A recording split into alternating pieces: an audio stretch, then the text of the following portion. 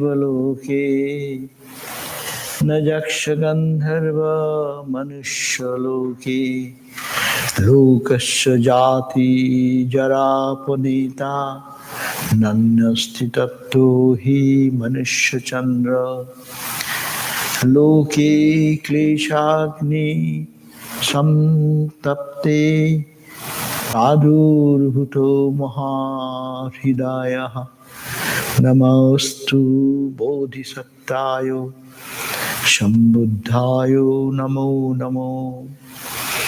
Not in Brahmaloka, nor in Devaloka, nor in the worlds of Jakshas and Gandharvas is there any another like you, O liberator from birth and old age, O moon among men, O Bhagavan Buddha. To the world burned by the fire of the kleshas, attraction, aversion and fear, you have manifested as a vast lake to redeem the suffering of all. Salutations to you again and again, O Bodhisattva, fully enlightened. Om, peace, peace, peace. I am very happy to be with you again, and I'm happy to see many new faces, which probably you have not seen me, I have not seen you. But it's a great joy that you are feeling attraction for this wonderful place, which is meant for you to find peace, to find joy, find solace. You need to come to a place where there is this spirituality. Pure spirituality is tried to live and to spread. Ramakrishna came in this age for that great purpose, harmonizing all spiritual traditions and giving this message of peace and joy to all.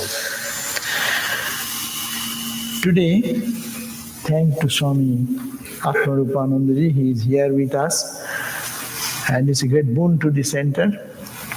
I need not have to mention that, but you will testify that.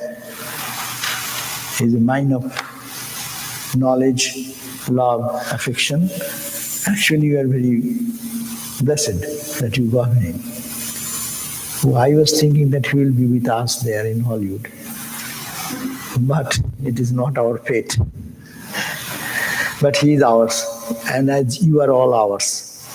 Our Ramakrishna is not segmental anyway, it is universal, but for the Lord's work, wherever we are called, we go forward. Anyhow, today we are thinking of Buddha. Only Buddha Purnima is when? Today or yesterday? Today, see the auspicious day. The thrice blessed day, the day Bhagavan Buddha was born, the day Bhagavan Buddha attained nirvana, freedom from all kleshas, all bondage. And today, the day he attained Mahasamadhi, or death. He was his physical body. So we are very blessed to be here on that very thrice blessed day, and to think about Buddha.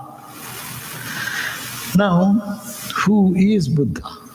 Buddha was born, as you know, 500 BC, and he brought us something new. What is new? That same old truth, but in a new shape and new dimension. He looked at the life. As we all know, he was the prince. His father wanted to keep him in such a situation because his horoscope says that he will be a great king or a great renuncier. So father was very much careful about holding him to the world because he will be the future king and who will take care of his whole kingdom. Naturally, he was totally dedicated to keep him in such a place so that he does not find any loophole to think about the other aspect of life. So he was kept in a palace full of rosy flowers and gardens and lakes and chirping of the birds, and everything is bright, bright, bright, bright, bright, bright. And he was married to a very beautiful lady and then have a child. Everything is wonderful. And probably life is like that. And then you all know, then Buddha, yes, the Siddhartha, what he wanted to see, just to have a look into the city. And his father was so careful, oh my God, if my son sees anything which is really the hard story of life, it's not that sweet, probably he may have some idea of renunciation because he has the potential inclination. So he ordered to take Buddha in such a way that there is no old people, no death, no disease, nothing. And all the buildings will be colorful and cheerful and everything will be sweet and nice. But it happened that he saw three things. We also see the three things. We are all through our life going on to see. But we see what we don't see. But Buddha saw only once. What he saw? First day, he saw some old man. He could not believe what is that. Youth is youth. Is there any old age? Many of us are old now. We understand what is old age. What is old age? What is the pain, aches and pains and this and that and tottering over the stick, not very bright and cannot stand up. So he thought, what is this? This old age? I'll be old like that? One day? Not young. I'll be old. So that make him think. And then you know the story, that sick person. What is sickness? Oh, I'll be sick. Oh, this is also another fact of life. Dukkha is there. And then death. What? Death? That's the ultimate end of our life. And then he saw the monk, carefree, not thinking of anything else, but very pure, very joyful, cheerful, not having any possession, money, wealth, but at the same time so cheerful. So that made him to think about what is life. So is there life in the life? This is the facts of birth. Where it is happening, making noise. It's so sensitive. Okay. So we have to think that the life as birth has death, which is born, it will die. It will have 6 changes, no? Asti, jayate, Vardhate, viparinamate, apakshiyate, mrityu. These are facts of life. And then what? What for this life? To cry and weep, some few days smile and then cry and weep and die? That is a big question which haunted his mind. And then it made him totally a different person. And then he withdrew his mind and he thought, introspective, and then he found, I'll have to find the way out of it. So this is the major teaching which you can learn out of Buddha's life. That there is suffering, you cannot deny it. You can just turn your face for a few days, but you cannot avoid it. So long embodied being will have to go through these changes. But is that the end of life? Or is there anything more to achieve? So that is his quest. We need to understand that when Buddha came, also the background is there. He learned that how historic background of us to understand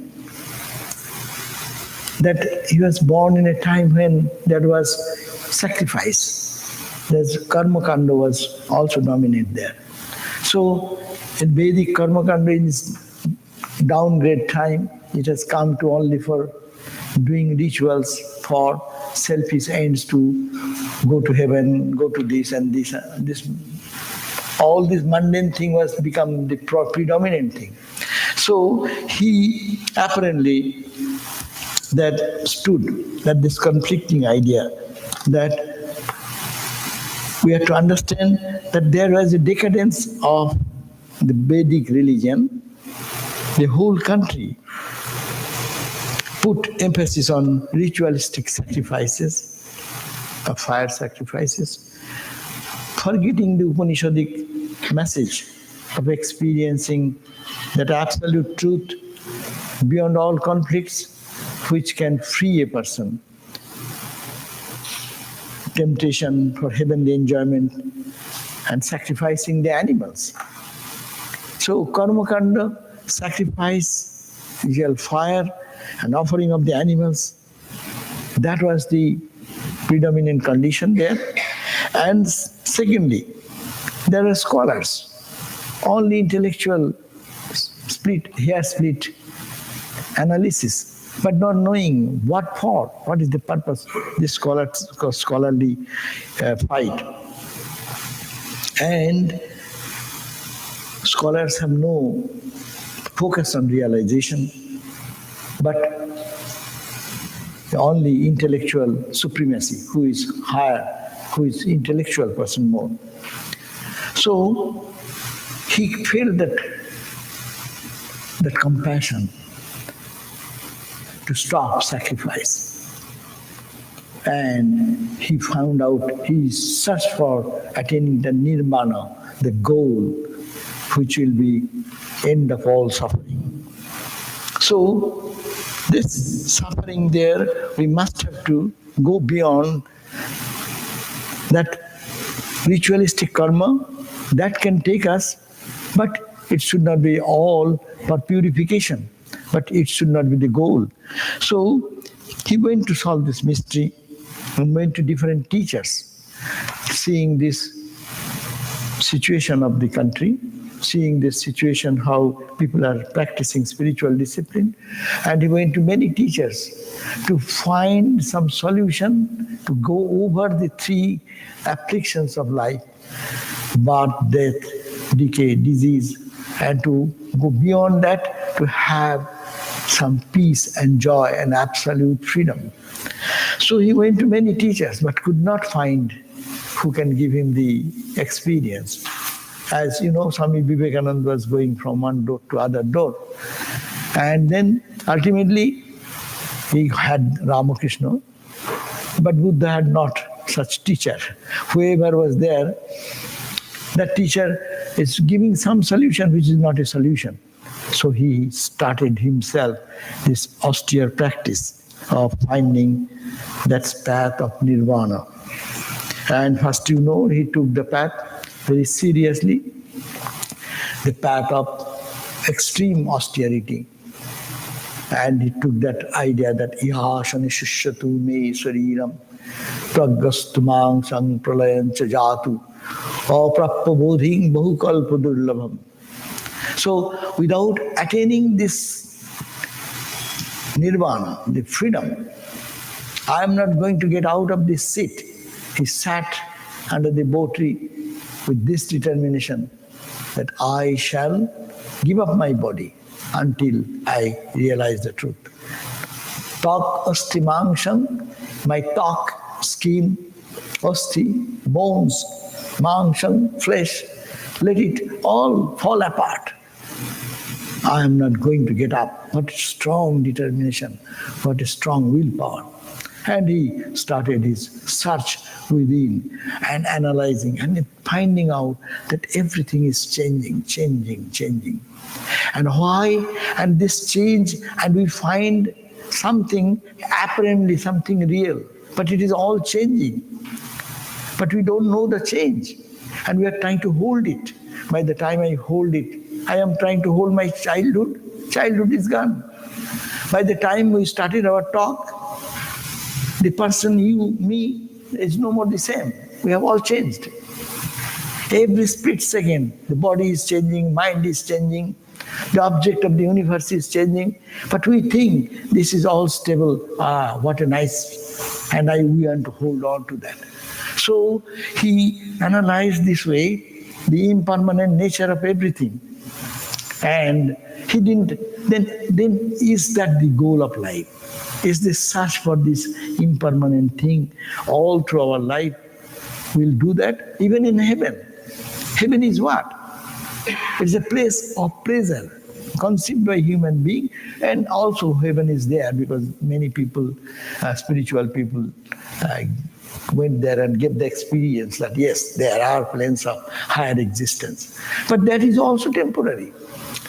So where we can find solace? Jurai te chai, kothai jurai, kotha hote ashi, kotha bese jai. That was the cry. What Swami Vivekananda, newborn Buddha, he cried this way and saying, Jurai te chai. I want to find a solace. I want to find joy and peace, and where can I find this? Kothai jurai, kotha hote asi. Where do I come from? Kotha chole bese jai. Why I float and end at the death? Is there is no end of this coming and going, again coming, again going, again coming, again going? Is there no solution of it? That haunted him extremely. And then he analyzed, and ultimately he found the path. It's called the Nirvana. I got it. Bahu kalpa durlabham, which is attained by many kalpas, by sadhana. I have attained that. And that is what? That he termed as Nirvana. And the Nirvana is a state. What is Nirvana? And he attained the Nirvana by self-analysis. And that is called Shunyavada. But it is Shunyavada, it's a philosophy, no? Philosophical term, Shunyavada. But Buddha was called enlightened. Enlightened, awakened. Awakened from what? Awakened from this ignorance, this cycle, which confuses our consciousness and which is allowing us to think about impermanent as permanent. And then from the ignorance, Buddha was awakened into light and illumination. I am saying light and illumination. Buddha didn't say that. He didn't define what is nirvana. Our Gita says, Ya Nisha Sarva Bhutanam, that which is night for everyone, to the illumined, that is the day. And in day, what is day for us, that is night for the illumined. What does it mean? We think that this reality is the only reality. We are dark and ignorant about our eternal blessed state of reality, which is Vedanta will say Atman. If you say Buddhism, say it is Shunyavad, void, whatever may be the language, that which cannot be expressed in terms. So that was that is the consciousness of the man of realization, and that can come. It is so full that he cannot see anything apart from consciousness and love. That is the attainment. We find that's why when you attain to that state, you go to Bodha Gaya, you will find there is a path. It is called the path in which Buddha walked after illumination. When he was illumined, he was in such ecstatic joy, he could not contain himself. So like a mad person, he walked back and forth on that path for several days. And he thought whom to tell this story. this great story of joy, unending joy. I do not know. He didn't say it. When he asked, Nirvana is a state, it is there? Well, I can't say that. Is it not something? Well, no, I cannot say that. So you cannot say, you cannot not say. That means indescribable. But is it void or it is full? That's a different philosophical question. But in reality, I don't think there is any void or any full. Full is also not experienced by illumined souls. They cannot say at the point of experience. Who will say it is full, it is not full? But Sri Ramakrishna said, why Buddha will be a nihilist, Shunyavadi? No, he could not express what he has experienced. So it is that state, a state which cannot be described, cannot be experienced. If you experience, then you are experienced, and the object of experience, three remains, separation.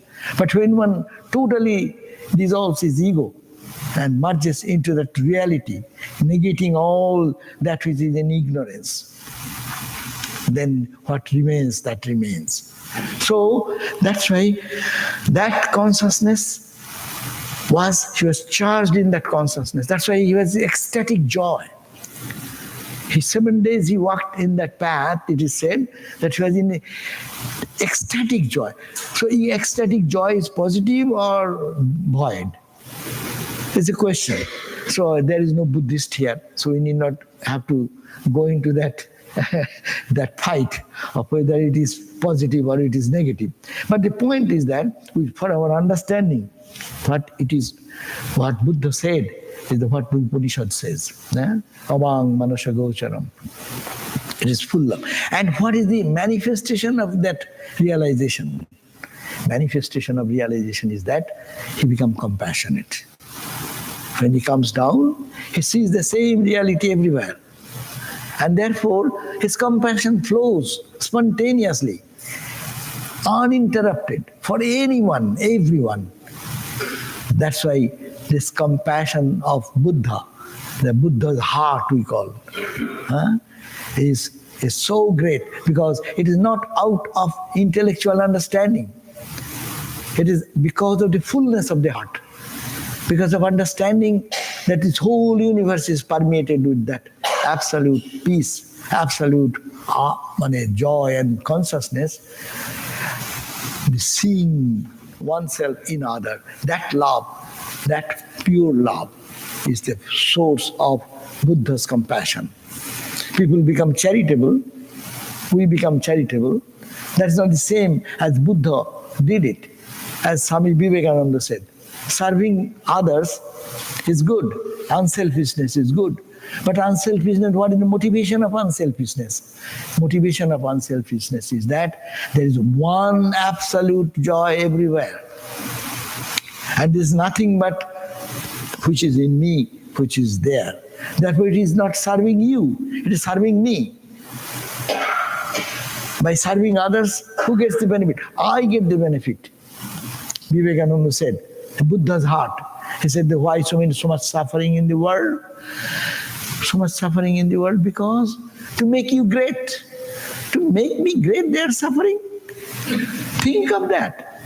Because why? When you see suffering, you feel sympathetic. Your heart tells you, oh, what can I do a little bit? Even the hardest person who has no sense of nothing but ego and his own selfish motivation, he also pauses a moment when he finds someone is extreme suffering. No? So it is extending your heart. But why you extend your heart that way?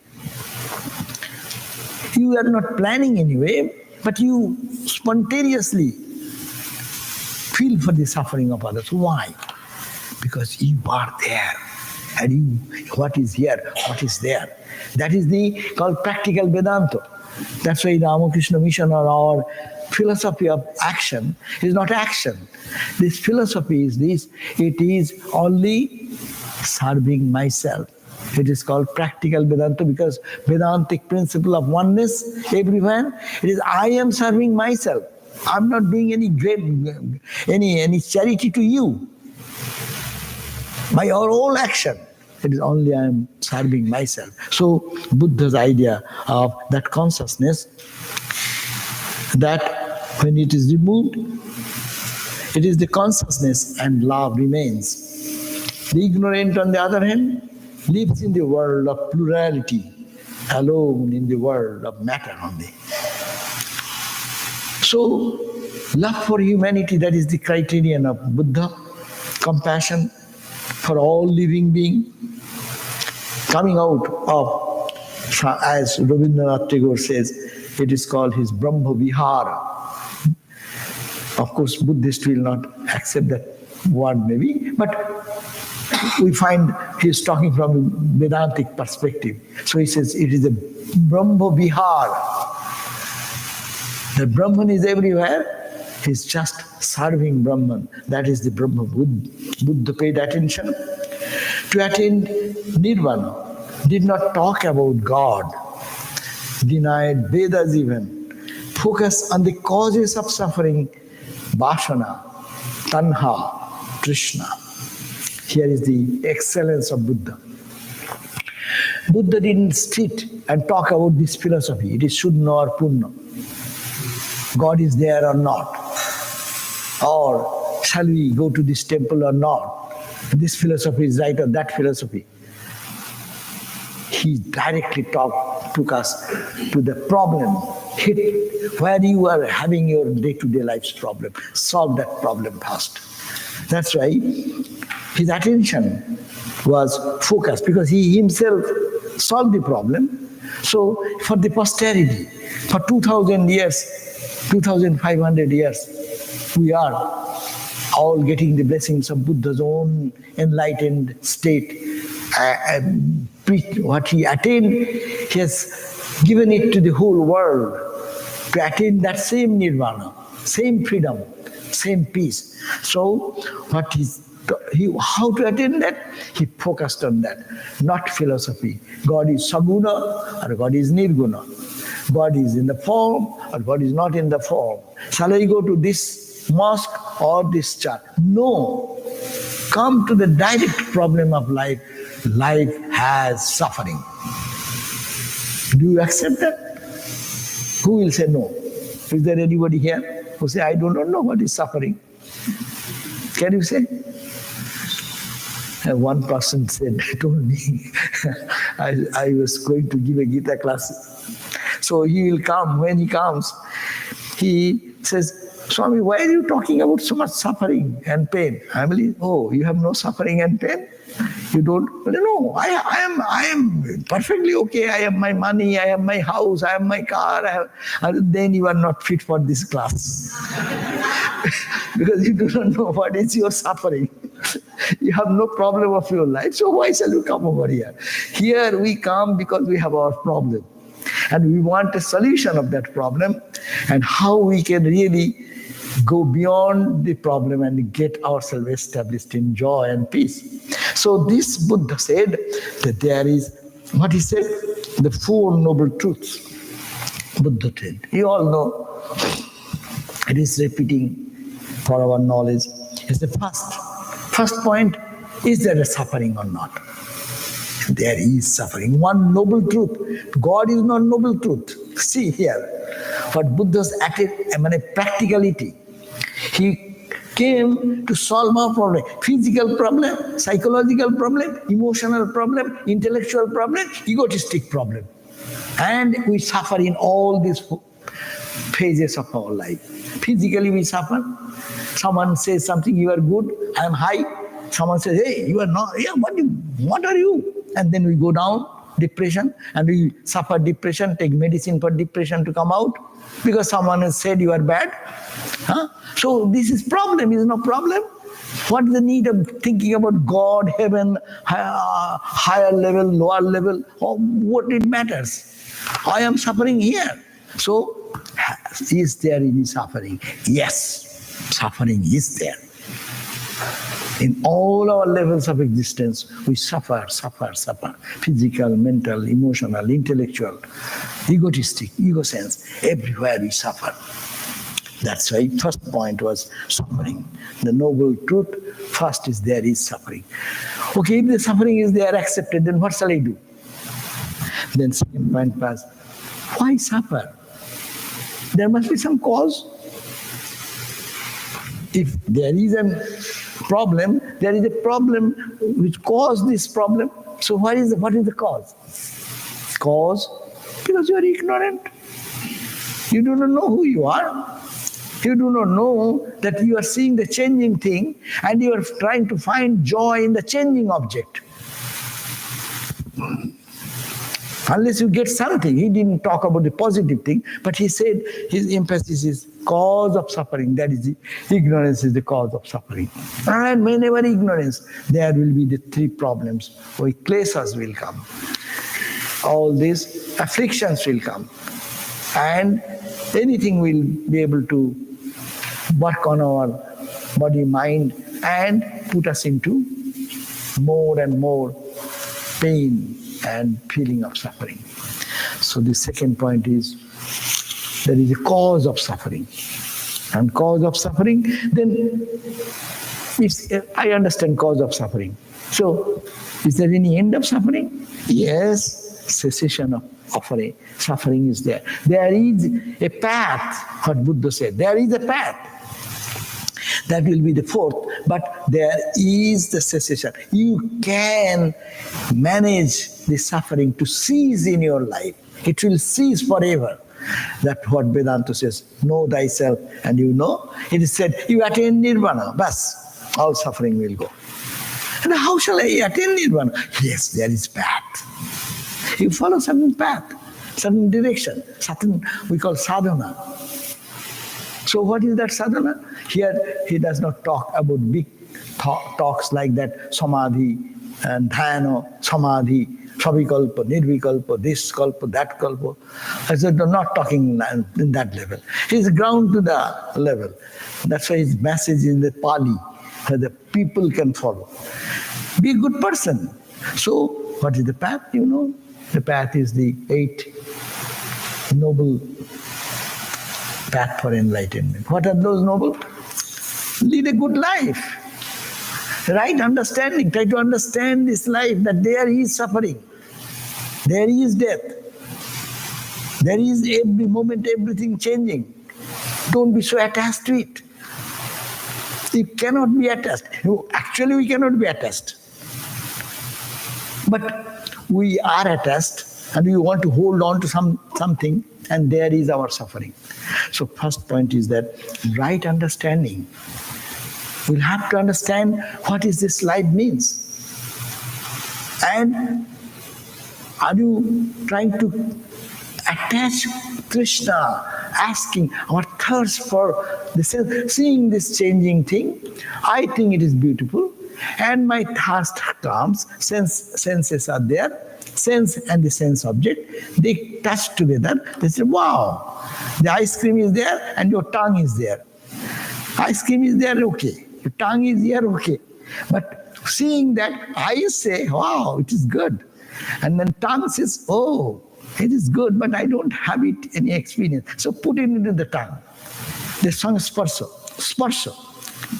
Indriya and Vishaya sangsparsa. And then it says, it's good. Once you get that then it says, I want second time. I like ice cream. And I like more and Trishna, tanha. That is the thirst for the thirst grows. And we search for, had I got a good ice cream? Wherever I go, though you are maybe high blood sugar or cholesterol high and this, but ice cream. We know that it is not good and it is also momentary. It's changing, no? See, you take the ice cream, one scoop, put in your tongue, this tip to this point. Mass, your ice cream is gone. Is it temporary or it is permanent? Any sensate experience, analyze that way, understand that way. Any sensate experience, eyes see a beautiful thing. You say, what a beautiful sunrise. Aha, what a full moon night. Okay? Close your eyes, gone. Or even the sunrise, you go in to see the beach and sit for some time, and then the same sun becomes scorching sun. Then you want to go to the shade. Why don't you sit in the sun? The sun is so good. So whatever we say, and that sun is changing. But I, from my own ignorance, I think it is so. So we create our imagination, seeing the changing thing, which gives an appearance of reality. This fan is rotating in slow speed. Make it full. How many blades are here? 4 or 5. And now, if you make it very high speed rotation, you don't see the blades. You see one homogeneous something. So, because I see it is something homogeneous, is it true or is it some changing blades rotation? And if I want to hold the whole, where is the whole? There is no whole. It is all part. And that part is always changing. So first point, right understanding about life. Life, don't be deluded. The life is all fun, all joy. Fun, joy, a few days, few moments. The same fun will be no more fun. I give them more example. It's my common time. You may be tired of this hearing sometimes, those who have old timers. You love ice cream. It's my favorite example. And now you go, I said, you like ice cream, and you come to me and say, oh, Swami, you like ice cream, I'll give you. Okay. So you give one scoop, and I taste it, and wow, beautiful, wow, wonderful. And then Swami, take another scoop. No, one is enough. No, take it. So I said, okay, second. Now third, now fourth, now fifth. The whole bucket is there. Now it's you love, you have to eat. What happens? Will you enjoy anymore? Why? You love ice cream. So 2 scoop will make you twice joy, to the power 2. 3 scoop will make to the power 3. You will be feeling more joy. But why? Why are you feeling the other way? No. Are you going to kill me? Huh? Why are you killing? You love it, I am giving you, and you are saying killing. So this is the problem of the sensate experiences. Analyze it, understand it. Does not mean that you will not experience, but have it. But have an understanding about what life is. Don't get stuck. The whole Gita, what does it teach? Life will not stop. You go through the life, but don't even stuck there. Don't get attached to it. And that will get thirst for it. If we have analysis, then we'll eat for not eating, but eat for only living. As much is needed. Body needs this thing. But it is not to just be engulfed into that object and get totally attached and lost into that. So there is the understanding, right understanding. Thinking. Think rightly. Develop noble qualities of life. Don't cause harm to others. Right type of thinking. What is life? Selfishness is life or selflessness is life? Giving is life or taking is life? What is life? Yes, many people will say, I want this. Taking is life. Taking is life. You take and see what joy you get ultimately. At the point of our day's life's experience, when you go, we feel that is all helpless, hopeless things we did. At the time of death, we say, what did I do? And our karma says, yes, you did what you did. So, right thinking. Speak. See, this is the realistic. Buddha's ideas are not too much super sensual experience talking from a high platform which we cannot understand. It is for our day-to-day life and practice. See right type of thinking. Try to think rightly. This is the situation of life. I will have to pass through it. What will be my goal then? I will have to live. I will have to eat. I will have to see. I will have to earn money. I will have to have home. I will have to have family. Okay. But how? Right thinking. Yes, this is the changes there, but I will have to go through it, but not get stuck into it. Have freedom. Freedom of my own. Where is freedom? I'm a slave of everything. Where is my freedom? I became a slave. The objective universe not to be blamed. My Trishna, My thirst for that is creating my own problem. We were very happy to put the blame on any one of you. I am sick because you gave me the sickness, no? You have some health condition. So we say, normally we say, no, when cold, we say, why? He gave me the cold. True. He gave me the cold? No. Your immune system was wrong. No one can give you cold. So we have to make our immune system strong and not to blame the whole world. The world is bad. The world is not bad. The world is all full of joy. Ananda, Ananda in Vedanta says. And look at Buddha. Buddha's face always sees. Have you seen any Buddha morose and depressed?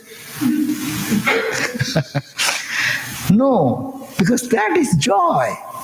Buddha is awakening and enlightening. And what is enlightening? That is all peace and joy. There cannot be any suffering. But we suffer because of our own weak points. And we don't point out to that. Buddha is very direct here. Your problem, you solve. Your attachment, your wrong understanding, your wrong thought, and your wrong speech. You talk whole day. What do you talk? In Vaishnava literature, it says, Grammo katha na kohibe. Grammo barta na sunibe. Bhalo na khaibe ar bhalo na poribe. We should not go that far. But what it says that Grammo katha na sunibe. We cannot spend one day without the garbage of newspaper and what is this president is doing and saying and this and that. These are we will have to know a little bit, but I am saying it should not engulf our whole life and time and energy. So we are doing that. That's why it is said, Grammo katha na sunibe. Here it says, right speech. Like, don't Grammo barta na kohibe. You talk about God, many people will go away. Your friends, who you are go for party, and if you talk about God with them, you know what will happen. Your friendship will be gone then. But if you bring an issue of their favorite subject, oh my God, you see, they can get even late night, 9 o'clock, no, then the discussion continues. So this is the speech, what to speak. So speech is abstain from what? Idle talk, Grammo katha. Slander, harsh words, and lie. It's very practical spirituality, practical spirituality. So, right speech, talk, which is meaningful. You look at that. Just you see the Swami Vivekananda's conversation and dialogue. You read. Here is a man who is chit-chatting. This is chit-chats. Talking to Sarat Chakravarti, walking with Baburam Maharaj, Premananda, talking here and there in this New York, in the street. You go where he was in Thousand Island Park, talking all the time. He is not in the Samadhi. He's just talking all these things. But what he is talking, and what we are talking whole day. I sometimes think, what we talk, if someone records, one day, and now listen what you have talked. You see, then you will have to really pause. Did I say all these things? So right speech. Not talking about, these are the point. Idle talk, stop idle talk. By improving, not that in one day we can do. We can improve our talking in a meaningful, purposeful, lively way. We are talking now. We are talking about Buddha. It's much better than talking of politics and this and that. But I'm not saying that you should not do politics, because you live in the world, you'll have to do your whatever in your calling. But Day and night shall I spend my day in that way. Idle talk, slandering someone. Oh, he is bad, she is bad, he is that whole day. You get this all the garbage in your mind. By seeing fault in others, what we do? We pollute our mind. My thought gets polluted. Nothing happens to the person. If I criticize someone, it is said that you are helping that guy. Why? You are taking away his bad thinking. Maybe bad there or not, but you are collecting from him. So you are getting the bad benefit and he is or she is getting released. That's why Tulsidas ji used to say, go to certain place where no one praises you and everyone will be slandering your name bad, this, that. And then you will be benefited because you will think, God, oh God, why they are doing, these are all false. So you are getting the good benefit and they are taking away your bad things. So think right type of speech, right action. What is right action? Do good to others. Wrong action, abstain from killing, stealing, misconduct, which is bad for person and the society. Right livelihood, live rightly. Avoid your simple food, simple life, occupation, that you are harming someone, doing something, no? So live a life, right type of livelihood, honest, sincere, pure living, decent, and then all the good characteristics will come. Right effort. Our life's effort should be right direction, it should be applied. That means self-discipline, that in the full control of the mind, to actually to avoid an unwholesome mental state and to create a mental strength and power. Right mindfulness. Develop awareness of all actions of the body, speech and mind so as to avoid wrong actions. Mindfulness, if you are mindful, then if I am mindful, I will do less mistake. If I am not mindful what am I doing, it will be wrong actions and wrong reactions will come. Right concentration. We have to concentrate, but where to concentrate? Concentrate on the truth in wisdom.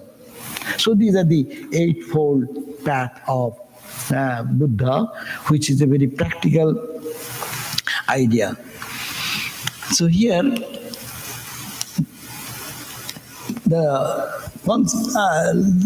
going to Rabindranath Tagore's few words. Rabindranath Tagore said that they, talking about Buddha, do not come to the world to free the truth, which is eternal from the momentary veil. They don't come to free the truth.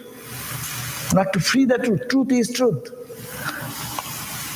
But Buddhadev came to discover and preach this very simple truth, that liberation can only be attained when one can destroy the vasana, the deep-rooted desire from the heart, expanding the feeling of love and compassion for all created being. Sarvabhute, love for every creation, renouncing all petty selfishness. It is Rabindranath Tagore. His synopsis, he's giving the synopsis of Buddha's teaching. He says that Buddhadev came to discover, it is a scientific journey, he did it, to discover and preach this very simple truth. What is the simple truth? That liberation can only be attained when one can destroy one's vasana, deep-rooted samskaras. Craving for what? Craving for this mundane. We're craving. There's nothing. Ramakrishna so craved for God. Buddha craved for God. Christ craved for God. 18 years, no? He went into solitude. Christ lived that life of isolation, craving for God. So it's a craving, but our craving is which taking for the mundane, temporary. And we don't get peace because by that time it is gone. So therefore, to destroy, what is Buddha's message? To destroy the deep-rooted sanskaras or vast desires from here, not from outside. Outside is all God, nothing to do in the outside world. It is all beauty, all joy. Ananda, ananda, ananda, ananda dhara, bahiche bhuvane, madhuvata ritayate. There's nothing to change there, but change is here. I am seeing not the madhu, I am seeing which madhu with a apparent ignorant appearance. And that ignorance appearance will fall. Therefore, the feeling of love and compassion, expand, expand, expand, expand your love and compassion for all created being, Sarvabhuta. And renouncing, how will you do? Renouncing petty selfishness. He continues, this statement appears to be very simple, but this truth became so very difficult and hard to understand that one prince had to roam in the forest giving of his kingdom. It seems so simple, but you know, that much renunciation is necessary. A king renouncing his own kingdom, his own beautiful wife, his own child, his own personal petty little things. So much renunciation, so much sacrifice. And after that, what happened? His love flew for all human beings. It is not restricted anymore, unrestricted love. There is a doctor's, what are called, unlimited, boundary. What is the doctor's? Doctors without border. So Buddha, they become a lover without border. Our love has border. I love this, naturally I hate this. And I love this because I like it. Why I like it? Because my mind says it is so. And I am happy with it.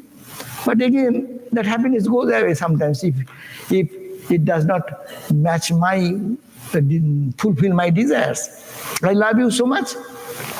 So long you listen to me. And all my love will go away. If you one day don't listen, second day you oppose it, third day you say more, then boom, goes out. So, but this Sarvabhuta love is a greatest thing what Buddha has taught us. So Buddha's life is life of illumination, life of joy, life of blessings, and he's not talking about high philosophy, he's talking about the practicality of our life, how to live our life, and come to the direct point. You don't need God. That's why he didn't talk about God. Don't philosophize. Then you will again into the mess of intellectualism. Come to the practical side. You have suffering or not. You have suffering, so do you want to get out of it? And if that suffering, understand why it is suffering. Where is the point of suffering? Who is giving you this suffering? It is your vasana, it is your desire, it is your craving that is causing this suffering. So get out of that. How? By living a moral, wonderful, spiritual life, which dedicated to the cause of others, for the good of others, for loving everyone, serving everyone in that spirit. No, even Buddha was ready to give up his life. No, he said that his brother, cousin, he pulled an arrow, and the swan, he got a swan to, and then Buddha took care of that and took out the arrow, and then brother came, give me my swan. How can the swan be yours? To whom the swan should belong? He who gives the life or he who kills it? Then he said, no, it is mine. Well, you can, yeah, it is he who saves the life. So you can kill me, but I am not going to give you. So this is the love and the sacrifice of your own life, you give it. So this is the great lesson, and in the present day we can bring back to Swami Vivekananda, who is called Buddha's heart, Sankara's brain. The brain of Sankara and love of Buddha, and that which counts in life. What it matters, what is your philosophy? Non-dual, dual, dvaita, vishishtadvaita, ekavada, ajatovada, and all these badas are bada, bad. You come to the life's problem, solve the problem, love everyone. How to love everyone? It will not come unless I give up my selfishness. How can I give up selfishness? Because if I don't want to know the truth of the reality, what is this universe and how I can get out of it. So thank you all, and we'll see you again. So thanks to Maharaj on behalf of all of us for a very illuminating